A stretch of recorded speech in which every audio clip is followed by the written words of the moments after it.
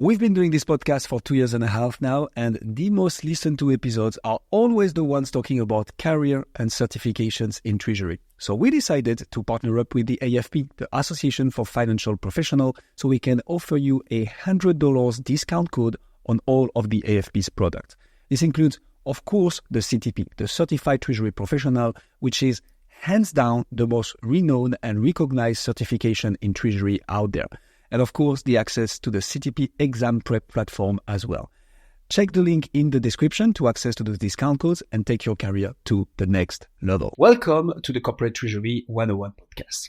In today's episode, we will get to know more about a treasury management solution, Integrity by FIS with Andrew Winders.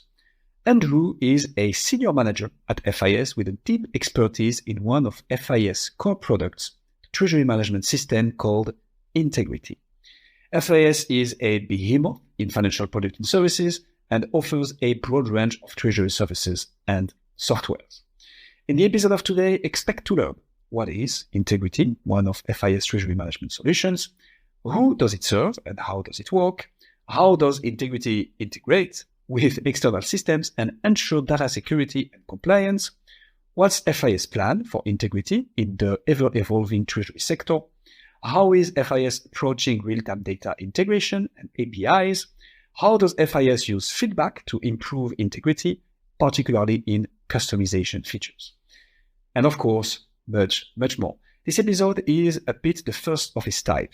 Most of the episodes is about FIS and their solution, but we thought it would be interesting to deep dive into a treasury management system with somebody very knowledgeable about it from the very company providing it. So please let us know what you think about it and if you'd like more of this type of episodes in the future.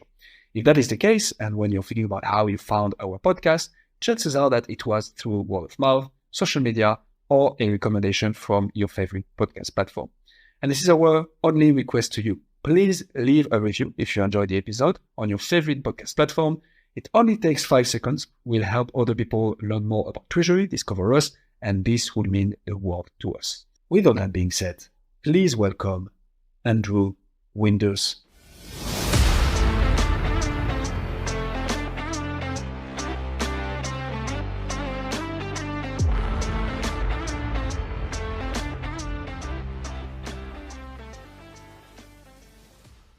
Andrew, thank you so much for joining us on the show.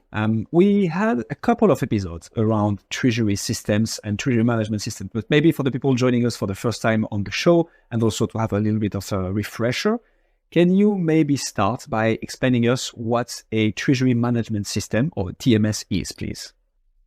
Yes, absolutely. So a treasury management system is designed for a corporation to simply optimize cash and liquidity and minimize risk. So imagine as an organization, you have no access to your cash. You don't know how much you're holding in your bank accounts. A treasury management system will allow you to optimize that cash position, utilize the cash internally within your organization efficiently, and then manage the risk that your organization is exposed to. So taking away all that manual process and using technology to simplify your treasury organization. Okay, and maybe a dumb question here, but why would companies need a TMS? Is that not something you can do on Excel or such a stuff? Absolutely. So there's the obvious example of manual error. You need to really get away from a process that invites manual error, but also you need to move towards a process that invites efficiency and productivity. So treasury structures that are running on Excel may spend a big proportion of their morning gathering information from subsidiaries, from banks, consolidating it into a spreadsheet, making sure it looks correct. You can get rid of all of that and have it all completely automated so that all that information is simply waiting for you. So you can then basically focus on the value-added process and the decision-making rather than that data manipulation.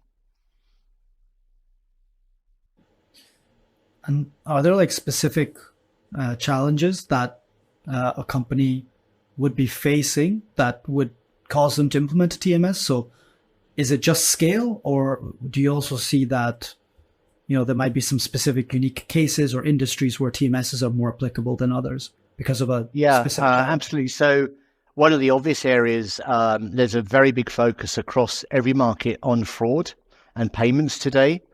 You need to be able to control that process. You need to make sure you know who can capture payments, who can authorize, who can visualize, who can approve, who can remit the payments. You need to have technology controlling that very carefully. There's also, all industries are relevant for a treasury platform, but certain industries may have a very high volume of subsidiary operations, for example, and actually it becomes completely inappropriate to try and reach out to all those organizations, know their positions, gather their information, and then return value back to those organizations, especially where they are more decentralized. So, but we have customers, from literally 2-person treasuries up to multinationals.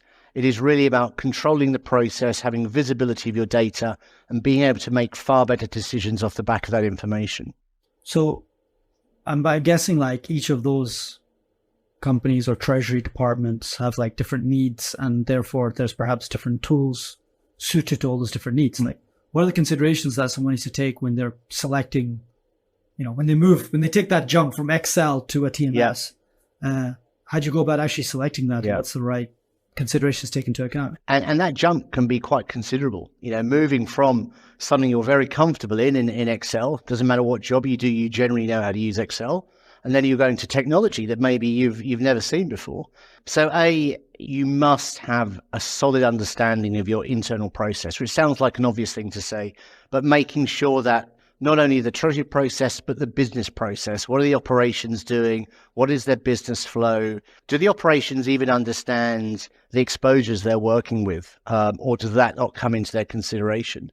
So really understanding that overarching business process.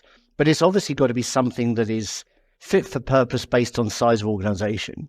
So when it comes to selecting a solution, what is your resource available for implementation, for redesign of process, for transforming that treasury function? So if you understand your business process and you understand the scale within your organization and the resource available for new technology, bringing those two parts together will typically determine the level of treasury platform that is suitable for your organization. But of course, the other consideration to have is how fast is your organization growing? What are your needs going to be next year and the year after? Not only today, when we in FIS talk to the treasury market, we don't really necessarily focus on today. We focus on tomorrow and beyond, and making sure that you're always going to be having a fit for purpose solution based on the vision of the business. And you touch upon a very interesting topic here, Andrew, because obviously when you get into the treasury world and start looking for treasury management system solutions, or any systems actually, FIS obviously comes quite quickly and on the top of the list. So could you maybe give us a brief overview for somebody completely new to treasury who has heard the name but doesn't know much about it? Like, who is FIS? What do you guys do? And I feel there will be different sections. So let's first focus on treasury and see then how we can expand to the broader financial world. Sure. So myself, I came into the FIS organization from the SunGard acquisition. SunGard being known back when it was an independent business for the provision of treasury applications and services.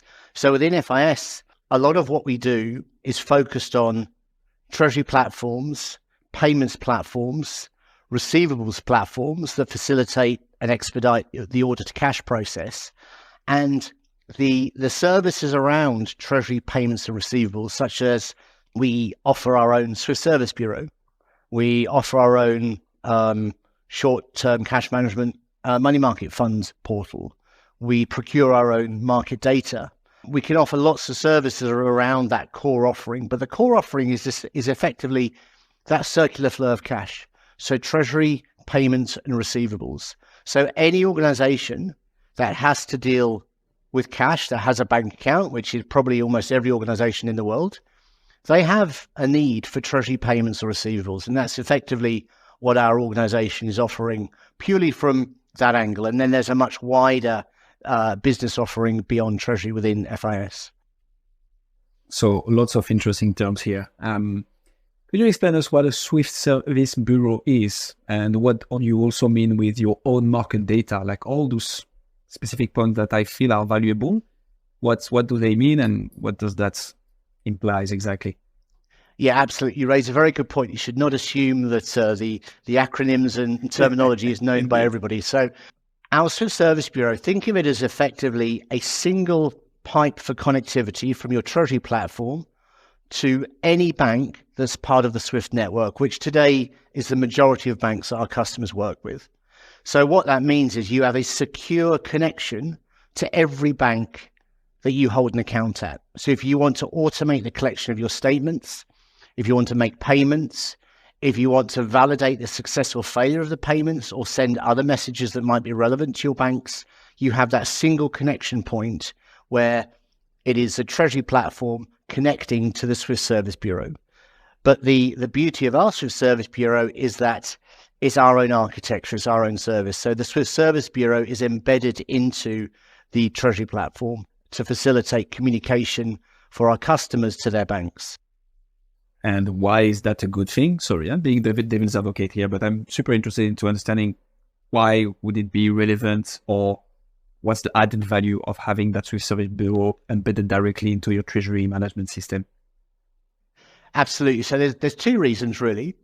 One, from a service point of view, it's all owned and maintained by FIS. So the Swift Service Bureau and the Treasury architecture is just one supplier. So you come to FIS, and that is the service that we are offering to our customers. So whether it's a problem with bank connectivity or you have a question on the Treasury platform, you just come to FIS for the answer. In terms of why would a customer do that? Well, when a customer has a range of banking relationships, it is far simpler to have one connection point. So the connection point is from the Treasury platform to the Swift Service Bureau, which then opens up the connections to all the customers' banks. So if a customer then opens up a new banking relationship, maybe in a new jurisdiction or there's a new line of business, it's very, very simple to then onboard that bank because we're already part of the Swift network and we are just folding in another bank for that customer to then automate the receipt of statements and to be able to send payments. Super clear, Andrew. Thanks a lot for that. And to follow up on the other term that you mentioned, your own market data, what does that mean exactly? So obviously in the Treasury world, everybody knows of what was Reuters, became Refinitiv, Bloomberg, the major providers of market data. We have a business within FIS, market map business, which actually procures similar data from the market and allows the feed of that data directly into Integrity, our SaaS Treasury platform. So what that means is customers don't need to go and have an external contract with Bloomberg or anybody else providing market data. They can simply use Integrity and have an automated feed of market data via our market map service so that market data always exists within the Treasury platform. So whether you're doing month-end accounting, daily revaluations, market analysis, sensitivity analysis on all of your information, that data just simply exists as standard to allow the customers to run all that process automatically. Sorry, back to what does all that mean? And I think we're going to come to it because we're just into understanding more about FIS in particular, but it feels a bit like an all-in-one service. So the treasurer comes, has multiple problems, and rather than having multiple specialized systems and service providers and integrators and market data feeders and so on, you can have everything in one place, which is what you just described. That would be a good summary? Yes, exactly. And it goes beyond the Swiss Service Bureau and market data. So we offer a money market funds portal, which many are surprised, but it's actually free to the customer. So if customers have investment portfolios, they can use our money market funds platform to place their surplus positions into their investment fund portfolios. We also have the ability to offer a confirmation matching service as an example. So for treasuries that have FX trades, money market trades, being able to automatically confirm those trades, to match those trades and have visibility over all the unmatched activity that you may have agreed with your bank. So there is, as you say, an overarching service layer for the Treasury customer, but also then extends into payments as well as receivables management as well. And would you say that's your biggest differentiator from your competitors, Andrew? Like, what are the other TMSs out there doing differently to FIS? To answer it from the point of view of what differentiates us, I think it's the breadth of platform that can service a Treasury customer. So there are very, very few vendors out there that can offer their own Swiss Service Bureau, market data, money market funds platform, confirmation matching, payments. There's a very, very broad list of technology and capability there, which FIS offers. So there's a very, very clear differentiator there. Also, we have a great degree of internal expertise. So we are run by business lines. So everybody within the Treasury business just looks at Treasury. And we have a very, very significant advantage across all of those products and services so that we can service the customer across all those products and services within the individual business. So it becomes a very compelling offering for the customer. But that being said, you allude to the fact that it's a competitive landscape and we have to invest heavily in the services and in the platform itself. So we have very clear lines of direct investment, one into the infrastructure. So we have a global FIS-owned SaaS operations team that purely look after the Integrity SaaS platform. So the investment into the platform, we have investment into the product itself, of course, as you'd expect, with a very clear roadmap, short, medium, long-term roadmap. And we also have direct investment in terms of our own resource and our vision for our delivery capability and investment into external support, such as through our partner network. Super interesting. How is that service offering that you have at FIS, Andrew, changed over time? So the role of the treasurer has changed quite a lot over the last decade or so. Money is a lot more expensive today than it was even 5 years ago. And so what we constantly talk about on this show is how treasurers are moving more and more towards a strategic role as opposed to just a risk management role, let's say.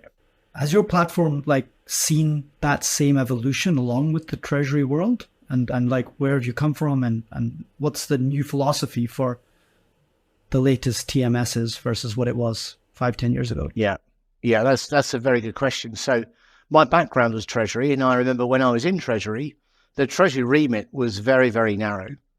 Collect your information from your banks, make sure cash was utilized appropriately in the external market, and make sure you had an FX hedging program on the go. And it wasn't really much more than that. Now, in times of high volatility, the expectations from a treasurer today are that the technology needs to be far more sophisticated, needs to be able to deliver immediate value. In terms of the actual delivery of that technology, the expectation is that the utilization of the platform is very, very quick. Treasurers don't want to spend 2 years implementing a treasury system. They want to be live on some part of functionality in a very, very short time frame. And the other aspect in terms of strategy is that we find treasurers now increasingly talking about a data strategy. So it's not necessarily just having access to the information. It's about how can technology support the consolidation of all of my finance data. So there's treasury information, but also information from my AP and AR teams, from my accounting teams, from various other inputs that come from the financial organization. And so having a data strategy, what that means is, can technology provide that solution that offers immediate real-time consolidation across lots of data sources so that use of data from many different areas can be immediate? And that's really important. That's important for the treasurer, but that's also important for our own strategy as well. So making sure that we understand the vision of the treasurer and the treasury industry obviously directly impacts the roadmap and where our solutions go.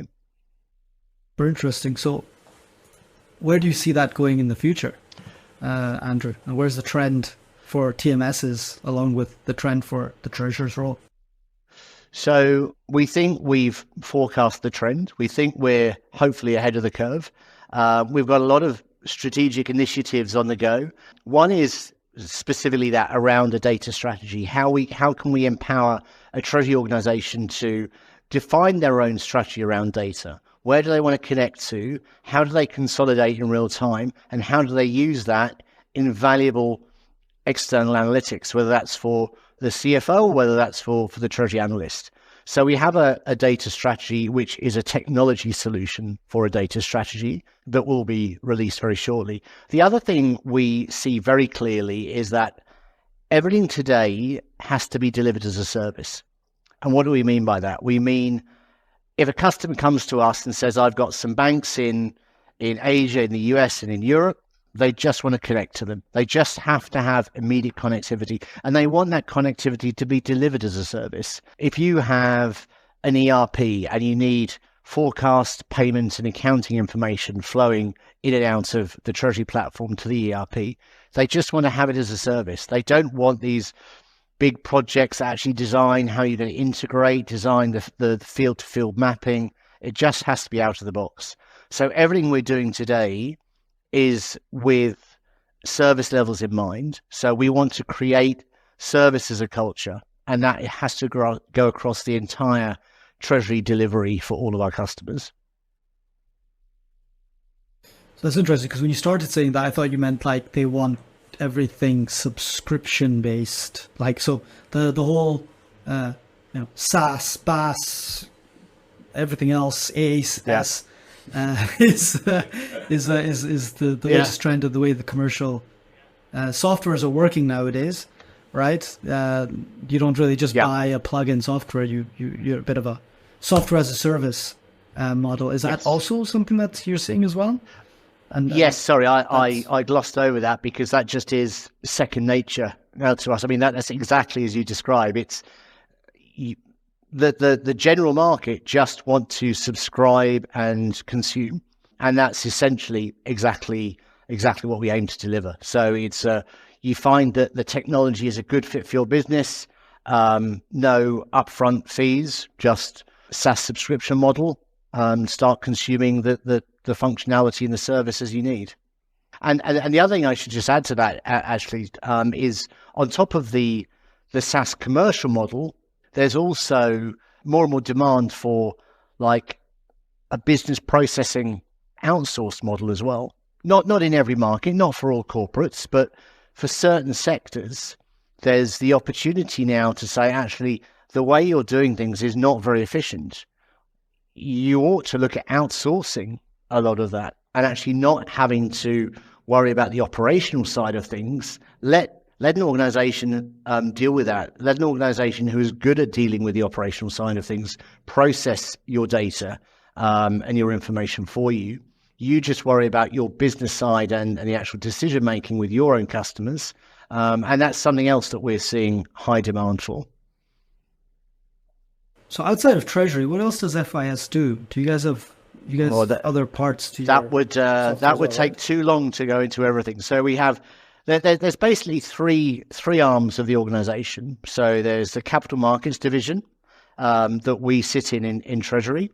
Then there's merchant solutions, so offering everything that a merchant wants and all the acquiring type services and solutions there.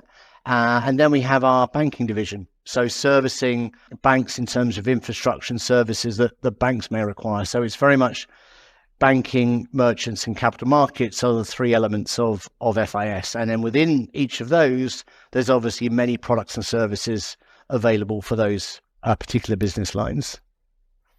Awesome. And we wanted to ask this question, Andrew, because just for people and us as well, because we didn't know, to grasp a bit the size of FIS, which is one of the top service providers, software providers in the treasury industry, but also for the banking, and you said merchant account, right? So super interesting. Now let's dive a little bit deeper into one of your particular solutions that I had personally encountered in my former consulting life. We'd like to talk about Integrity, which is one of your treasury management system. Could you describe what it is and its primary functions, who is it meant to be for, and so on and so forth? Yes, absolutely. So Integrity is that software as a service designed treasury architecture. So there is no infrastructure required on the client side. There's no server requirements. There's no IT requirements, essentially. It is literally a URL, and the customer then has their own database of information. So everything is very secure and ring-fenced for each individual customer. But it's a multi-tenant application delivering treasury technology. And that treasury technology can range from anything from simple cash management, cash visibility, all the way to full in-house banking capability, front office applications, back office applications, accounting, hedge accounting, risk analytics. And then on top of that, there's an inbuilt Integrity built BI tool for reporting. So not an external BI tool, a BI tool that Integrity, our development team, have produced for Integrity, which actually enables users to report on any data across that entire workflow. Okay. First thing that comes to my head is there something Integrity cannot do? But let's dive into this a little bit later. So among everything you've just described, so that feels like covering most, if not the key treasury areas, right? What's a typical mature treasury department will have to deal with. What are the key features of that particular TMS that differentiate it, again, maybe from other TMS solutions?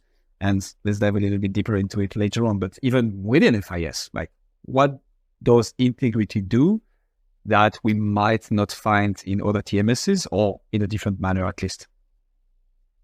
Okay, so I think simply the breadth, that's the first thing. If you want, as I mentioned, everything from simple cash management, but with embedded bank connectivity. So being able to understand the standardized market messaging, market formats that banks will use to transmit information back and forth. That is available within Integrity. Having out-of-the-box connectivity to ERPs via API, that is standard connectivity out of the box. So having a lot of yes, you've got a standardized approach to treasury management, but what you also have is a standardized approach to connecting to lots of different data sources. And then, as we were talking about earlier, having all those other embedded features, your market data, your money market funds, your confirmation matching, the Swiss Service Bureau, all those other areas embedded into the workflow of Integrity offers a very, very broad capability, which I believe truly differentiates against the rest of the market.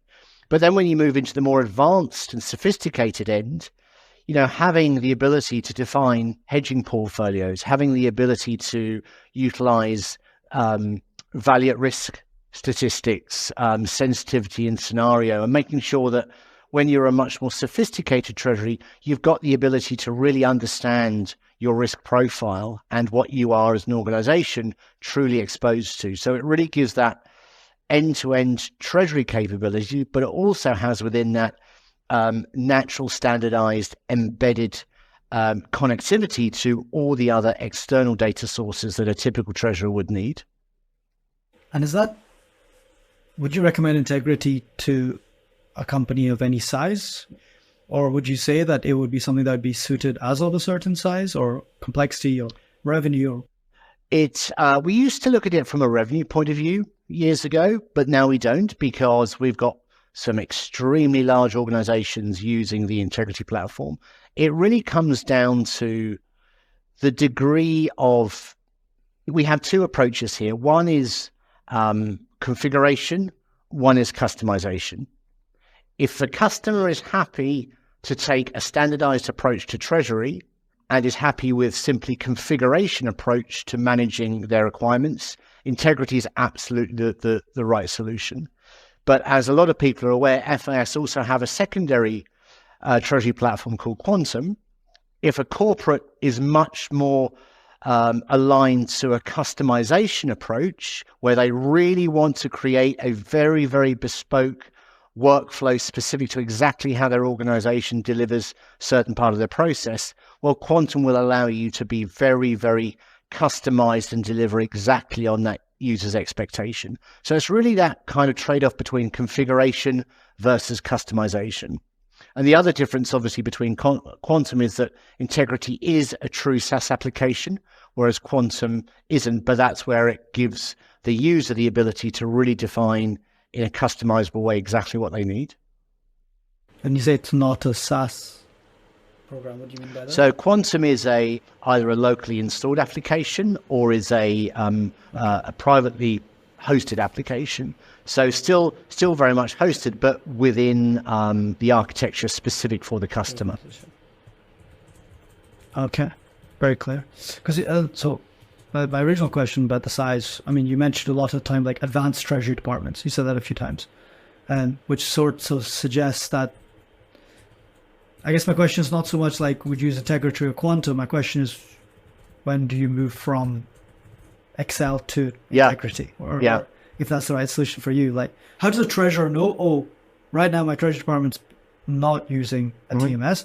I should think about putting a TMS in place. So the point you're alluding to is exactly right. So in the integrity market is getting wider at both ends. So yes, we're seeing large organizations that would have had very bespoke treasury architecture and solutions now becoming much more standardized. So they are coming into the SaaS market. So you're seeing the large organization becoming more and more comfortable with a SaaS application.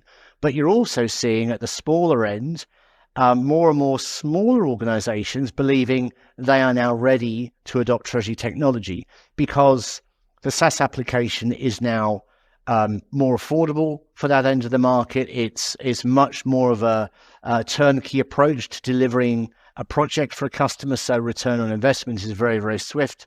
So there's arguments at both ends. So as soon as a customer feels that they are spending too much time collecting their banking information in the morning, they're spending too much time trying to get information out of some of their operations, well, then is the time to really embrace treasury technology and do away with all of that manual communication and have technology manage that for you. Then you mentioned that Integrity is like the less customizable option that FIS offers. I'm guessing there's still some flexibility in the tool nonetheless. Yes, right? completely. So what I mean by less customizable, there is one version. Being a SaaS product, there's just one version of the application. But that being said, because every customer has their own database, every customer can configure their workflow, their analytics, their process, their visibility, their alerts. They can configure whatever they need within that application. So there is not two customers on two different versions. We are only supporting the one version, but the customer has then the ability to configure exactly their process within that one version. And that's probably meeting most treasurers' needs then, I guess. Like that level of customization. Because what other customization would you need other than that workflow? Is it just if like the business structure is so unique that you need to have a very specialized tool? No, it's more to say, so business structures and entity relationships, that can all be accommodated. It's more if there is something in the product if there is something that the customer wants that a treasury platform doesn't deliver, if it's outside of Integrity, well, Integrity delivers what it has within that one version. With Quantum, for example, there is the opportunity to say, I want to have that extra piece of functionality. Let's work together on creating that extra piece of functionality for the version that I'm using. And sorry again, but digging a bit deeper into this, Andrew, because I think that's super interesting. Why would a treasury department seek further customization than what a well-advanced treasury management system already offers? Like, and maybe to put practical example, because let's think about the people completely new to treasury as we were a few years ago. Why would a treasury department say, okay, I need a high level of customization for that specific treasury function? Can you give us examples maybe? Or like, explain what that would be? Yeah, so in certain countries of the world where there's very bespoke processes and very particular ways of doing things, there may be the need to really create something very, very specific for their organization. It may be due to local banking expectation is in terms of how they actually share information. It may be around a very particular process that an organization utilizes that maybe has come from an inbuilt system. And actually, when the organization has become of a certain scale, that inbuilt system is no longer fit for purpose because it can't accommodate the scale. But that very bespoke inbuilt system, they still want to have a version of in the Treasury platform. So then, we quite often talk to customers who IT departments have created their own sort of offshoots of Treasury capability. Maybe the organization still believes there's a lot of value in having what their IT department has started to produce. So then there's that discussion with the vendor. Well, how much can you accommodate this in the standard offering that you have in your platform? And if there's something highly bespoke, do we have the opportunity of working with you to create something similar that will actually bolt into the Treasury platform so that they can still continue in their utilization of the original tool, but it then just is supported by the vendor rather than their own internal IT team? Makes lots of sense. Awesome. Thanks a lot for this. Back to integrity. How does the system integrate and connects to other companies' systems? I think you mentioned earlier, we touched upon the Swift Service Bureau. It would be interesting to dive a little bit into that in the sense of, okay, how does the TMS allow you to speak to the outside world, but also within the company? How does this whole thing works? So one of the ways is Integrity comes with a very sophisticated middleware, and effectively it's a transformation service that comes as standard with the platform. And what that allows the user to do is to talk to any other system that has a structured file format. And that's sending information and receiving information. And we typically do that over a host-to-host connection, or otherwise known as a SFTP connection. So it's a very secure connection. But what we say is, one of the other areas where we differentiate is we never tell a customer the format of information that we must receive in order to consume that data. We tell a customer, just generate what you can generate. It could be literally a CSV file, an XML file. It could be any sort of file type and any type of file format. And then all we're doing is using our transformation service to understand the content of that information. So it's a very flexible tool. And that means that we can actually integrate to a vast array of connection types and data sources, but in a very efficient way.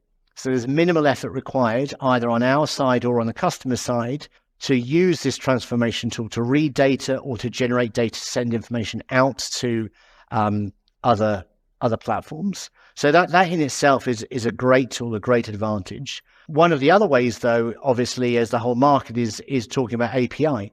So having API, like a suite of API connections out of the box. And again, talking about how we differentiate ourselves, we deliver API connectivity only when it's truly out of the box. So what we don't do is we don't deliver an API connection that's ready on our side, but then go and tell the customer they need to do all of the technical work on their side in order for the data to start flowing. Literally, when we say we have an API, there is probably a day or so involved just for testing the data flow, and that's it. And that could be to banks, to dealing platforms, to ERPs, to a range of data sources. And so when preparing for this interview, we obviously thought about our, not colleagues, but the classic market data suppliers and solutions, right? So Reuters and Bloomberg. But I think earlier in this interview, you mentioned that FIS has its own repository of market data and like live updates. Does this mean Integrity or other FIS solutions only come with the sovereign market data from FIS, or can you still connect to Reuters and Bloomberg if that was the preference of a customer, for instance?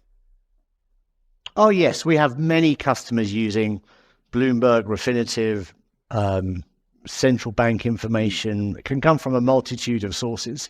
We have no specific preference. All we're saying to customers is, if obviously like a Bloomberg, for example, has a great brand associated.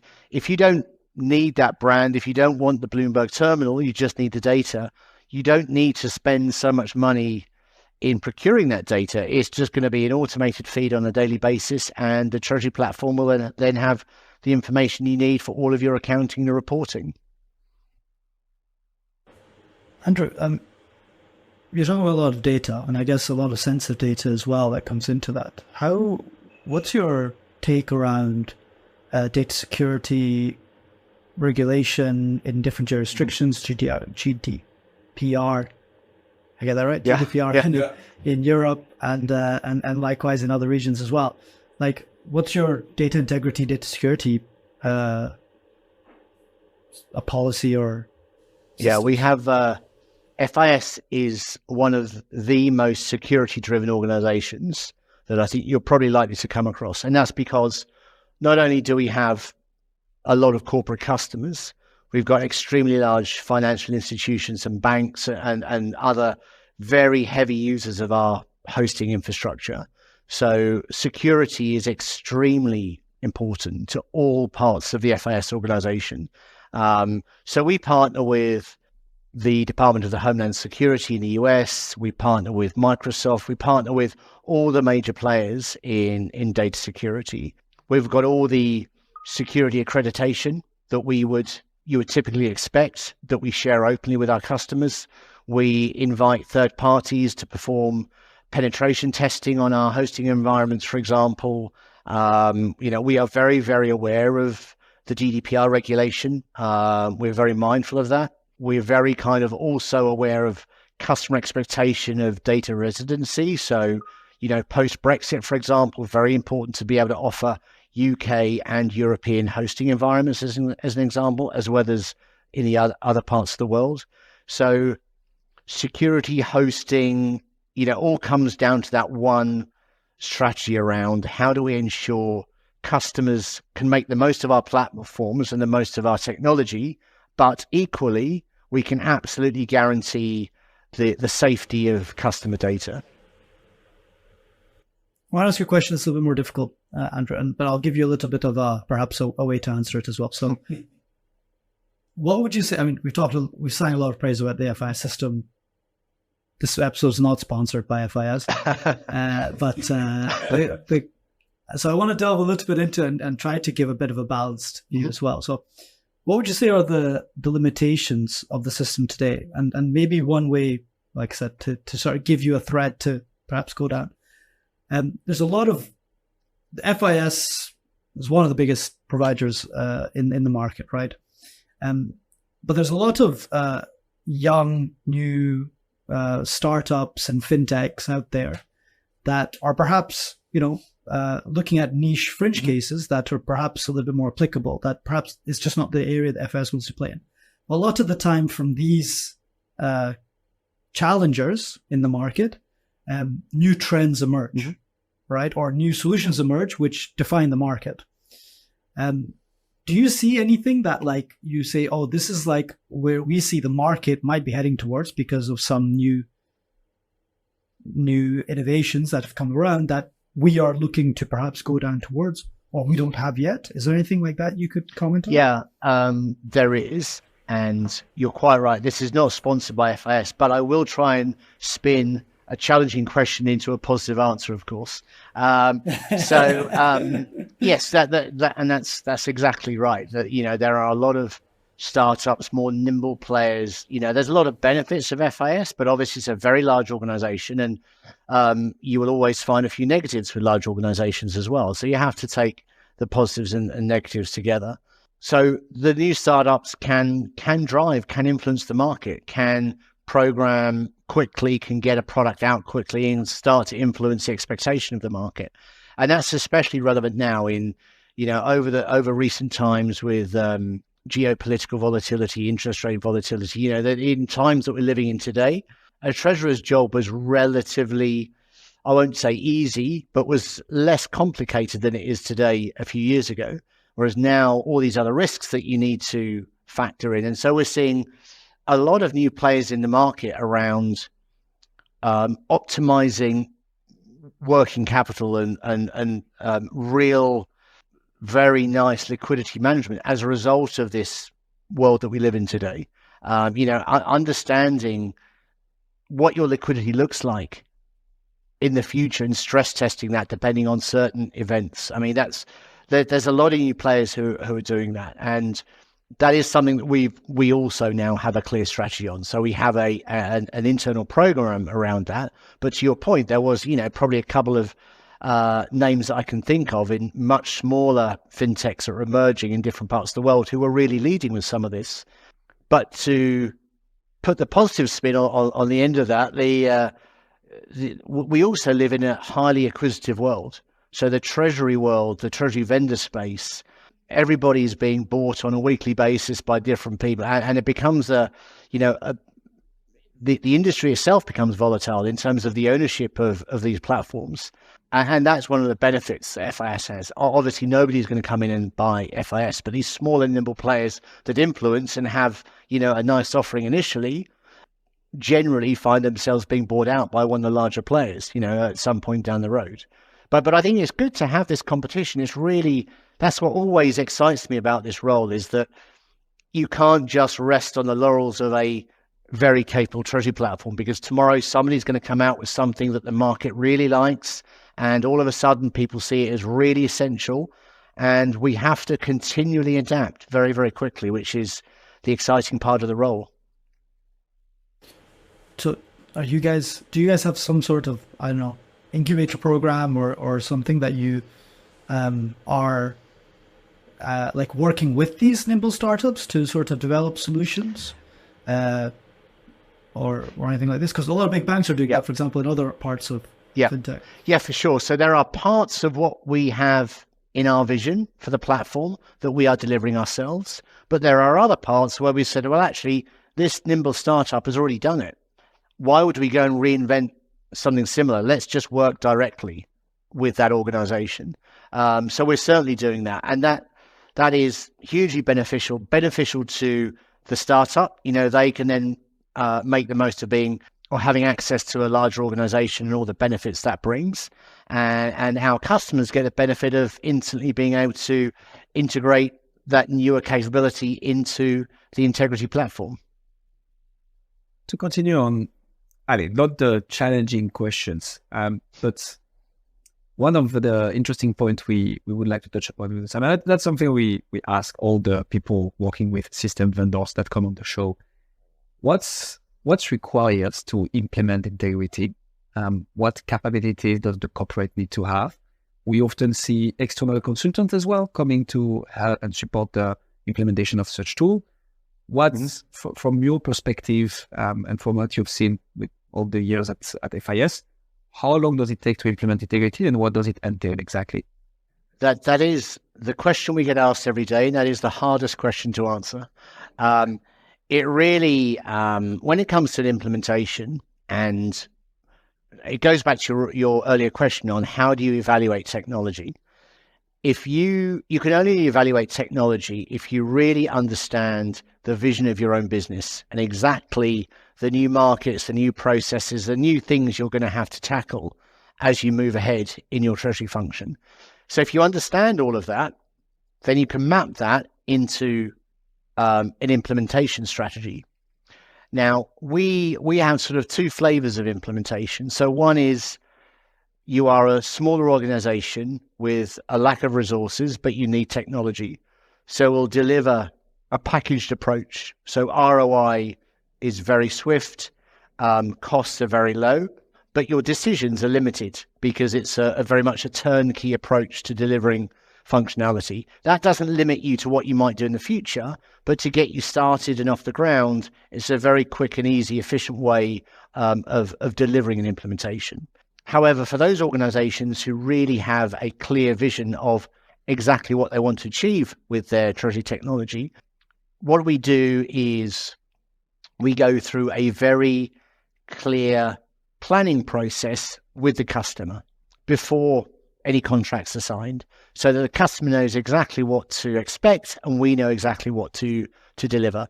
And what we're doing is I think the worst case scenario is generally where customers say, just come and replicate what I'm already doing, because then it limits the value of the delivery of the technology. So if we still work with a customer and say, what is challenging today? What you don't like today? What are you going to need tomorrow? And map that in so that by the end of each milestone, the Treasury team can turn around and say, what we're doing now is far more efficient in delivering far more value than we had before. Then that becomes a success. But then there's a third element to it in terms of who's going to deliver the project. So we offer flexibility. We have a very large accreditation process with delivery partners. So many consultancies based all over Europe can deliver integrity, but it's the customer's decision. Do they want to work directly with FIS professional services? We have a very, very large integrity professional services organization. Do they want to work solely with a consultancy that they already have a relationship with, or do they want to have a hybrid approach? So it really is down to how the customer wants to work with their delivery team. Absolutely awesome. So in terms of resource needed to address that particular point, well, the correct answer is it depends. But obviously you, as a corporate who is implementing any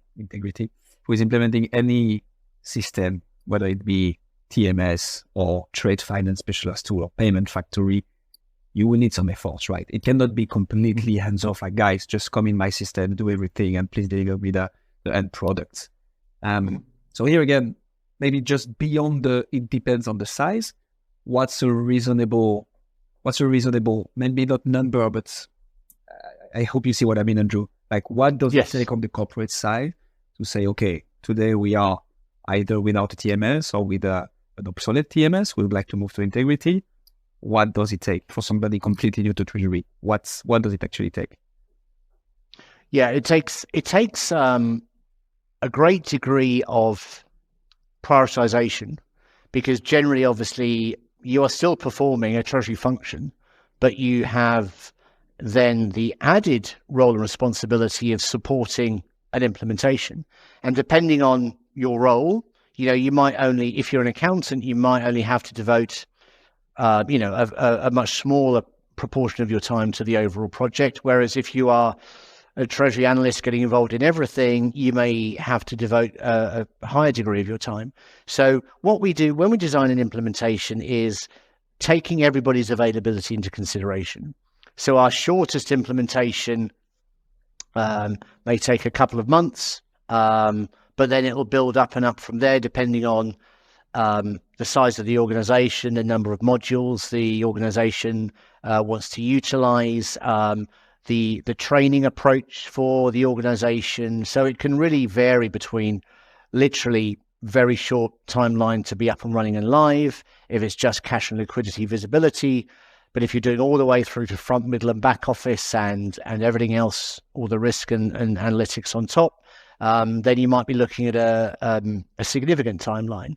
But everything we put together is factored around availability of resource and key milestone dates. So if you are literally turning off if you already have a Treasury platform, and if you're migrating to, or we like to call it upgrading to integrity, then we have to work back from certain dates. So we have to say to the team we're working with, it's going to be hitting cash and liquidity here, foreign exchange here, back office here, accounting and hedge accounting here, and we must stick to these dates because we have a deadline that we must achieve.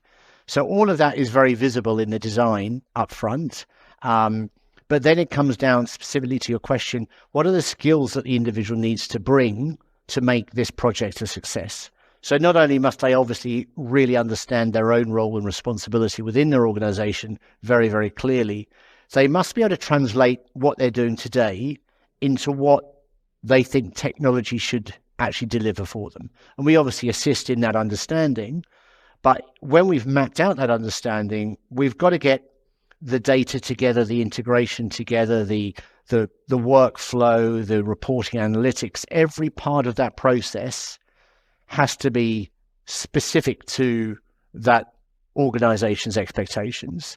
And obviously we try and remove as many manual steps as possible, and the customer needs to be happy with that. So there's lots of factors that go into it, but we really ask for dedicated support from the cash manager, the accountant, the treasurer, if there's any IT support needed for sort of in-house integration to other data sources, for example, just to make sure those people are available and take part at the relevant time to support the meeting of the project timeline.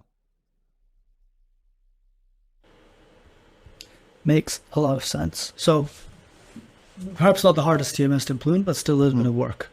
And you'd probably need the person internally that has good connection with the right stakeholders to be able to make sure that they drive the change in behavior to meet and make the most of the new software capabilities that you'd be implementing in that stage.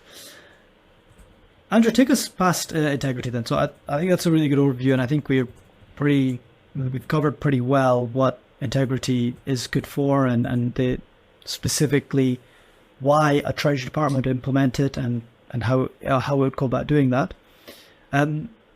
Tell us a little bit more about the other offerings that FIS has. So you mentioned about Quantum. You mentioned that Quantum is the more customizable solution that FIS has. It's not, let's say, cloud-based. It's locally deployed into the company's infrastructure.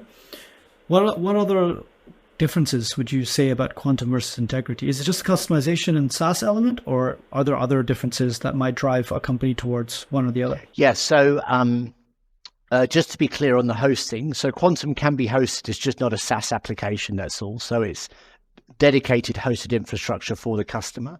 But Quantum is an extremely capable Treasury tool. So as an example, Integrity will do the breadth of Treasury workflow. Quantum will, of course, also do the breadth of Treasury workflow, but to a very, very deep level. So as a simple example, if you want to run a value at risk calculation, there's one methodology which Integrity will offer. Quantum will give you 3 methodologies. If you want to capture option portfolios, Integrity has vanilla option portfolio capability. Quantum can offer a much more sophisticated level of financial instruments. So it really does go to a very, very sophisticated level of Treasury management. So it's a tool which the world's largest, most complex Treasury organizations utilize, and therefore it offers many, many options in terms of how you will utilize the capability and the functionality of Quantum. So it's a very powerful tool, offers a high degree of customization, but also with natural functionality goes to a very, very advanced level. Okay, so it's more heavy-duty tool for the company that wants to take the Treasury department more seriously. Yeah, correct. Yes, correct. Yes. I wouldn't tell our Integrity customers that they don't take their Treasury seriously. No, just, yeah. Okay, very, very interesting. So, sorry, then, can we expand just a little bit more on that hosting point then? Because I'm interested now. So, my understanding, and this is Corporate Treasury 101, no one's afraid of not knowing stuff on this show. So, that's the whole point of why people listen. So, my understanding was that when you say SaaS, you say that, this isn't really a Treasury topic, but generally, when you say SaaS, you say that the software is, let's say, web-based, for example, right? There'd be an online portal, I'd log in, that software and my data would be hosted somewhere in FIS or FIS-owned servers, which I would then just be tapping into, and then I wouldn't have to invest in my own infrastructure, my own servers, etc. I just need a really good internet connection. Did I get that part right? That's correct. Yes, it's a true SaaS multi-tenant application, yeah. Okay. And then that's what I understood about Quantum was that, no, I would have to host it in my servers. So I'd have to buy servers that were capable of hosting it with databases that were capable of hosting all the data. And then I would have it internally, and I'd get to, some would say I'd get to own my data better, or I'd have full ownership of my data. What's the other part? No, so Integrity's multi-tenant hosting in a SaaS environment. We can still host all Quantum customers in FIS infrastructure, but it's not multi-tenant hosting. So So if you're not sharing servers effectively, all the infrastructure is dedicated to you as a customer.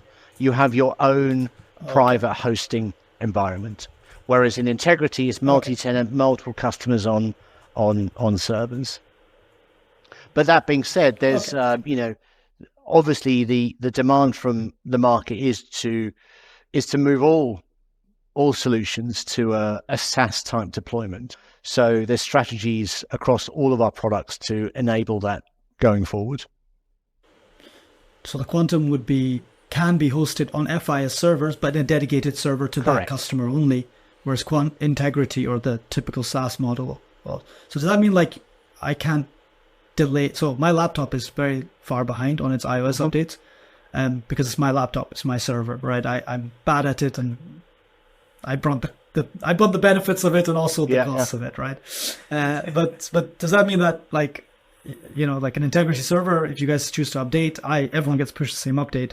On a Quantum, I guess I have more ownership. That's correct. That's what time works for me. That's well explained. Exactly that. So on Integrity, there are 2 releases a year, and the release schedule is fixed, and every customer will receive that release at the same time.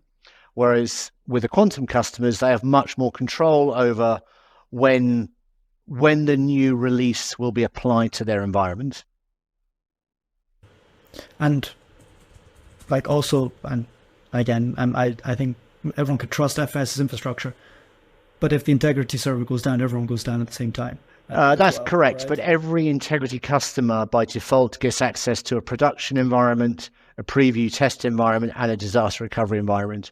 So there's immediate guaranteed failover from production to disaster recovery if something should ever happen to our production environment.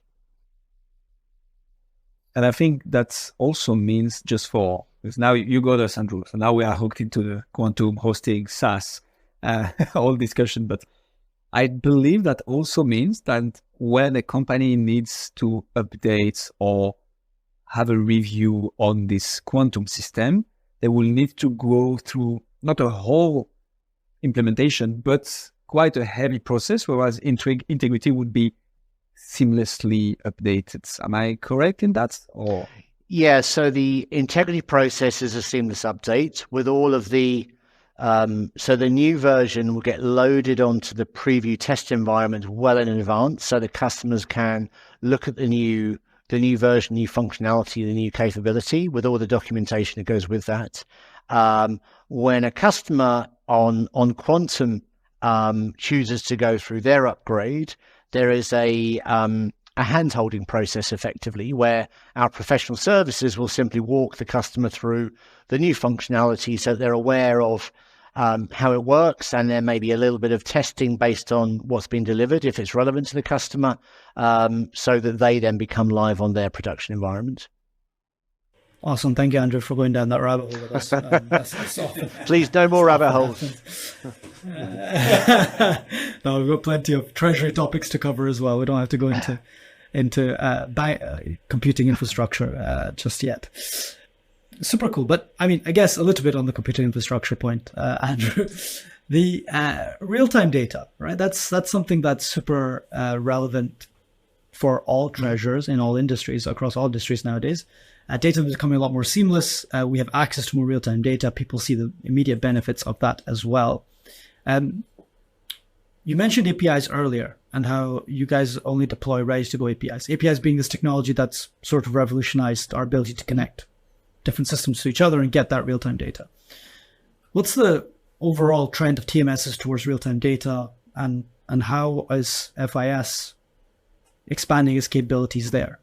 So I think to begin with, it was a bit of a buzzword, if we're all honest. Lots of people talking about it, not everybody really understanding the value behind it. But the more that the topic has evolved and the more that technology has evolved and the APIs can become part of a standard connectivity offering, the more important it is to make everything as close to real time as possible. So as an example of that, we rolled out the ability to connect an accounting entry from Integrity to an ERP via API. And you sort of thought initially, well, what's the point of sending an accounting entry in real time? Who cares? But when it gets to the end of the month and the accountants tell you we're under so much pressure to close the books now in T+2, for example, and it used to be T+5, any speed of process has huge value on that internal sort of drain of resource and pressure to get things done. So there's the element of efficiency gains from real time, but then there's also the element of making far better use of data. So if you are receiving bank statements in real time, not everybody needs it. It's not, you're not literally receiving a new statement every second, obviously, but it's kind of like as you need it, it's available. You're calling your bank and it's in real time, your statement is available. And when you can consolidate all of that information in real time, so there's two elements to real time. One is getting the data from source system into the Treasury platform. And then the other element of real time is having that information immediately available to the user. So again, I'd say that's one of our differentiators, because whether it's online reporting, alerts, having the ability to create reports yourself on data that's just been received in the last second, there is no time lag in the Integrity reporting. So can't talk for all other vendors out there, but with Integrity, you can literally create reports and guarantee you're looking at the latest information, which is really important. So that just means, when I think back to when I was in Treasury, my latest report would be my Friday bank statement and yesterday's information from my subsidiaries, if they'd been bothered to send me anything. And today, that information is immediately there. When you're looking to manage overdraft facilities, counterparty exposure, optimizing credit facility headroom, all those sorts of things, then the impact on fees and general costs that the Treasury team need to absorb. Over a year, that can be significantly reduced if you use data appropriately. That makes lots of sense, Andrew. Thank you so much for that. We touched upon quantum only, and well, obviously for the sake of the time of this episode, and you mentioned it earlier, we're not going to dive into all the solutions and softwares that FIS has to offer, even to the treasurers. But let's assume, which I trust is the case, that it also has a payment factory in the name of Trax, for instance, or bank connectors, or any other systems. I would believe one of the advantages to go with an FIS solution would be to have synergies, right, between the different systems. So do those synergies exist? Like, are there certain of them or benefits obtained when combining Integrity with other products from FIS? Is there such a thing? Yeah, indeed. So the only two products you would never combine are Integrity and Quantum. Apart from that, products fit with one another. So as an example of that, so obviously many people in the market, especially those who are payments experts, will have heard of Trax. Trax has evolved into a payment hub, and the payment hub can be the automated connectivity process and library that's going to immediately be able to connect our customer to the bank with the right routing, right formatting, right protocols, so that payments become as efficient as possible. And that is both, whether you are connecting from either Treasury platform. So what that means is Integrity has embedded payments capability and can connect directly to the bank.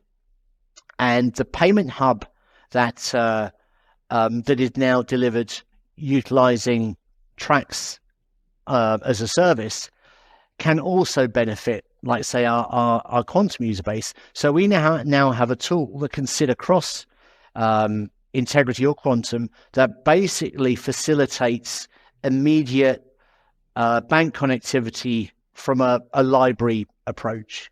So that is what that is doing, is taking the best from all of our bits of technology and basically embedding connectivity to ensure that the customer's experience is as simple and as seamless as possible. So if a customer comes and says, I need to make payment. I've got banks all over the world, and I need to make payments in all the local formats and processes that each country insists on.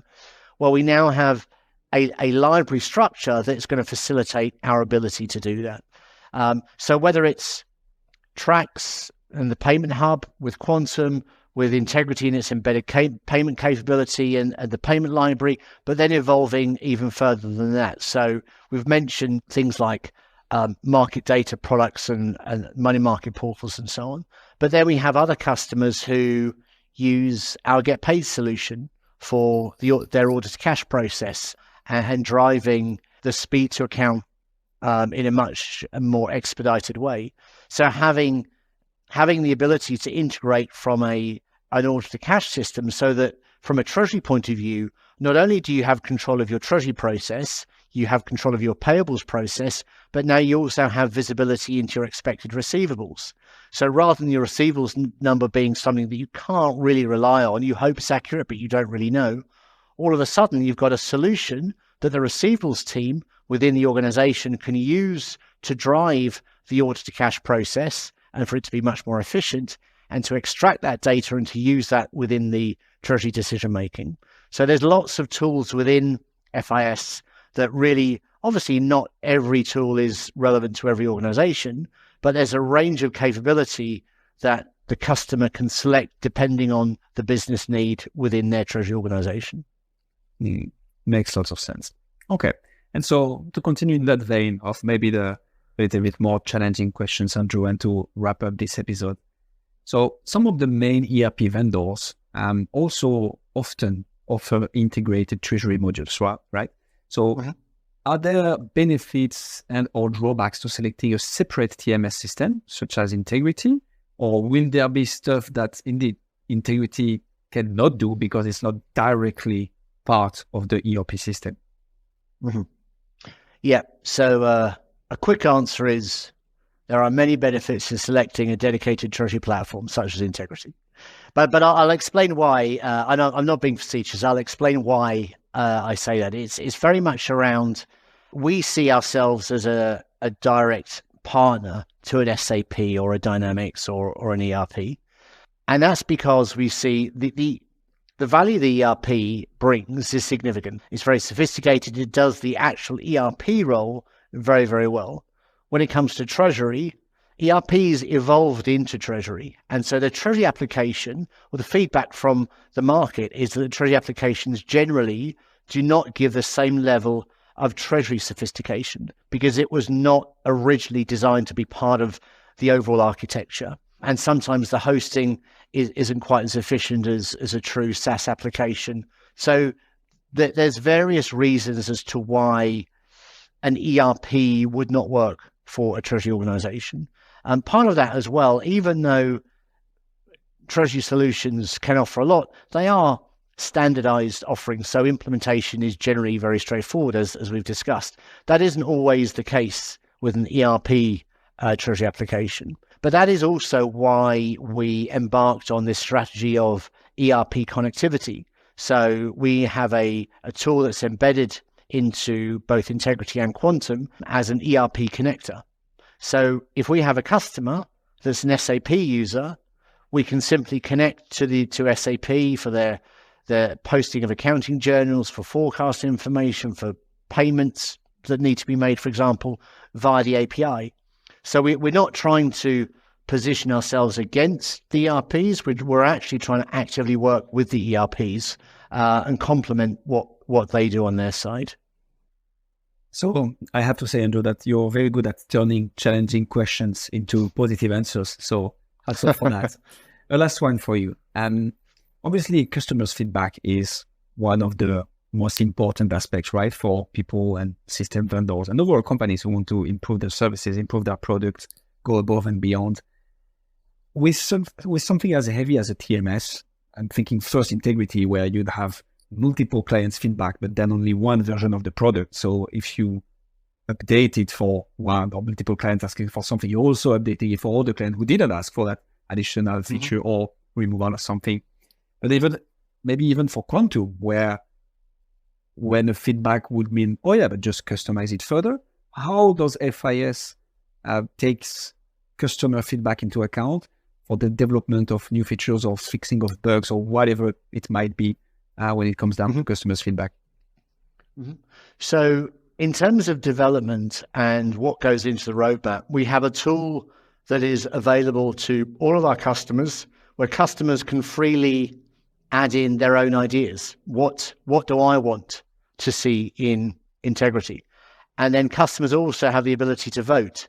So if you put an idea into our ideas toolbox, I might see it, I might like it, I'll vote on it, somebody else might vote on it.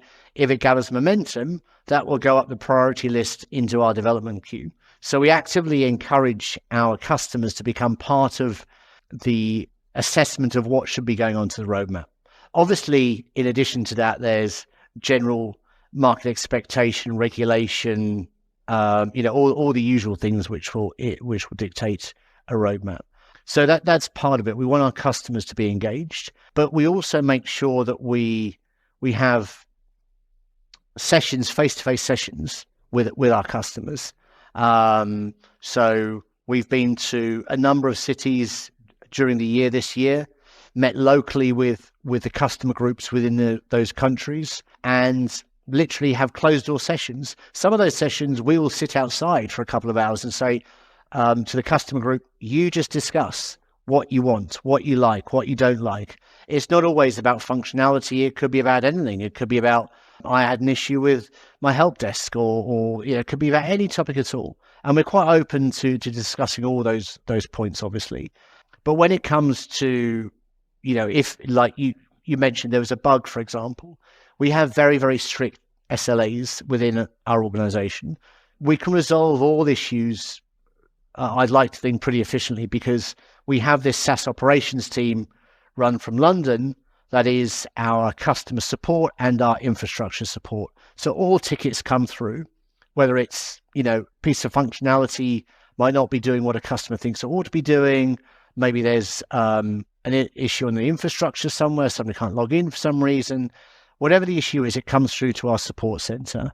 And depending on the level of severity, will dictate exactly how much resource gets applied to that. If it's literally can't log in, well, that's business critical. So we aim to resolve that in an extremely sharp time frame. If it's something that, I need an additional field on my report, or the name isn't quite right or something, and it's not really a functional problem, then that's obviously a lower priority, and then that's sort of given a bit longer to resolve. So we drive contact with the customers at a roadmap level. We drive contact with the customers at a face-to-face level, just to literally discuss. And we also support all those discussions with our SLAs that we agree with the customers when they come on as a customer. Andrew, thank you so much for taking us through all of that. Is there anything that you would like to share about any of the topics we've touched on that perhaps you didn't get the opportunity to talk about? No, I think we've covered a lot. I think we could fill another exactly the same time frame again, going into a bit more detail on some of these things. But it's just a very exciting place to be. FIS has got a lot of products.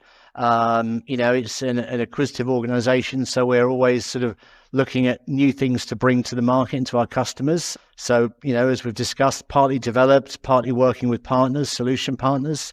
So as far as I'm concerned, FIS is the leading fintech for many reasons. Super good. That means we've done our job well then. No, don't tempt us with the second episode. We'll hold you to that for sure. Awesome. So just to close up then, Andrew, if our listeners want to hear more about you, Integrity, Quantum, TMS as solutions overall offered by FIS, where should they go? What's the best point of contact? So very welcome to reach out to me. I'm on LinkedIn, as you'd expect. So very, very easy to reach out to me, or to send me an email, andrew.winders@fisglobal.com, or on the FIS website, there's the ability to contact FIS directly, and then the relevant business line will respond. But very happy to just connect with all of your listeners in any way they wish. Awesome. We'll have a link to your LinkedIn in the show notes. Right then. Andrew, thank you so much. Thank you very much.